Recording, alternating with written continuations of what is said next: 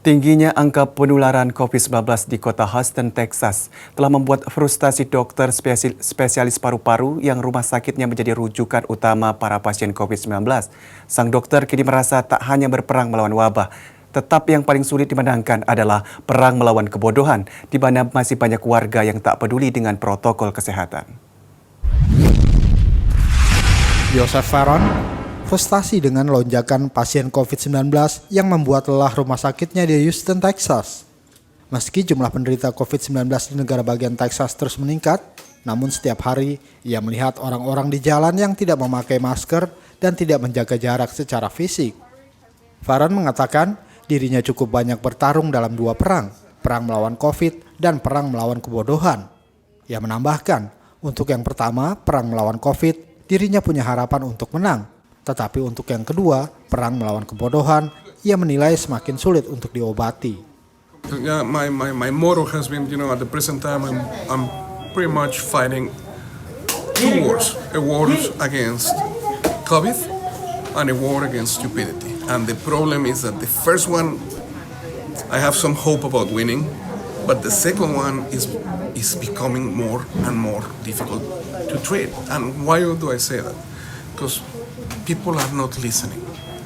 Whether it's, we're backed up by science or just plain old common sense, people are not listening throughout the country. Farron adalah dokter spesialis perawatan paru-paru dan kepala medis dari United Memorial Medical Center. Pemandangan di dalam rumah sakitnya menjadi sangat akrab dengan staf medis yang kewalahan berjuang untuk mengekang gelombang pasien COVID-19 yang datang melalui pintu rumah sakit setiap hari. Mengawasi unit rumah sakit yang didedikasikan untuk pasien COVID-19, Farron mengatakan rata-rata rumah sakitnya menerima pasien COVID-19 40 orang per hari. Ia tidak asing dengan situasi korban massal, namun ia menandatangani lebih banyak sertifikat kematian dalam minggu terakhir daripada di setiap titik dalam karirnya. It's interesting because, I have been in the middle of earthquakes, in the middle of bombings, in the middle of tsunamis. I've been in every possible catastrophe that you can imagine. And by far, this is the worst. And this is the worst because this is a continuous situation. The other ones, something bad happens and then you run, you take care of things, and that's it. Here, continues to occur. And what is probably the most disappointing thing, the thing that annoys me the most, is that we keep on doing our best to save all these people, and then you get another batch of people that are doing exactly the opposite of what you are telling them not to do. Pandemi COVID-19 yang telah mencengkram Amerika Serikat selama berbulan-bulan menunjukkan sedikit tanda mereda. Namun petugas kesehatan di garis depan dapat menjadi mangsa virus yang telah menewaskan lebih dari 150.000 orang di negara tersebut. Tidak terkecuali kepada tim Farron, Christina Mathers, seorang perawat berusia 43 tahun. Ia diberitahu bahwa ia dinyatakan positif COVID-19 minggu lalu setelah dia jatuh sakit selama shiftnya. I worked this past Wednesday. Oh wow. I had 3 patients. I wasn't feeling too good towards the end of the shift, so I let Dr. Verone know. And he was like, you need to get to the ER. And they told me I was positive. And that's the hardest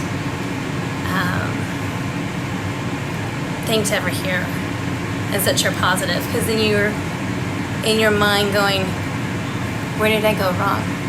What did I do wrong? Because this is what I wear. So it messes with you.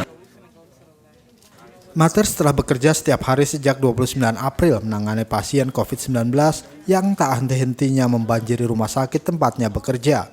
Ia pun frustasi. People need to be more educated. All the fighting and all the screaming and all the, finger pointing. Enough is enough. Whatever happened to just common humanity and decency? I don't know. It hurt. The world is hurting. So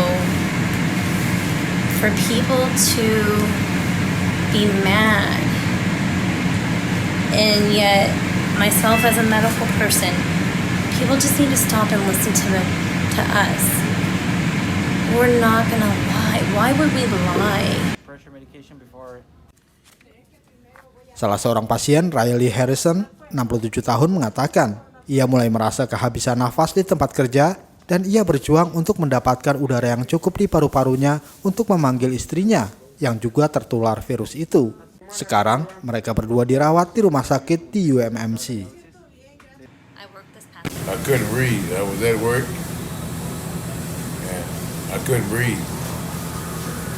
So the little wind that I had left, I made it home and my wife called an ambulance. But if you got a death wish, catch Cobra.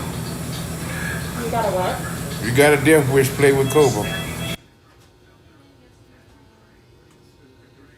Banyak dari mereka yang ada di unit COVID-19 di rumah sakit ini membutuhkan tabung hidung dengan oksigen untuk membantu mereka bernafas. Beberapa memerlukan intubasi. Sementara Efren Guevara, pasien yang telah dirawat selama 10 hari, mengatakan dia tidak tahu bagaimana dia bisa tertular COVID-19, tetapi memiliki peringatan untuk orang lain. Nada, mira, yo me extraña cómo era el virus, porque yo soy un hombre solo. O sea, te digo solo porque no me gusta estar con la gente en mi carro. Yo soy driver, manejo y ando el gel. Yo la máscara, el gel, y cualquier cosa que yo agarraba tú sabes, echaba diésel o algo, gel y todo. Mira, a mí me sacó una sorpresa para mí.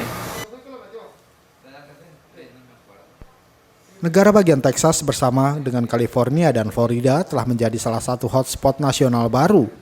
Sejauh ini pada bulan Juli, negara bagian itu telah menggandakan lebih dari 400.000 kasus dan kematian meningkat 32% dalam minggu terakhir saja.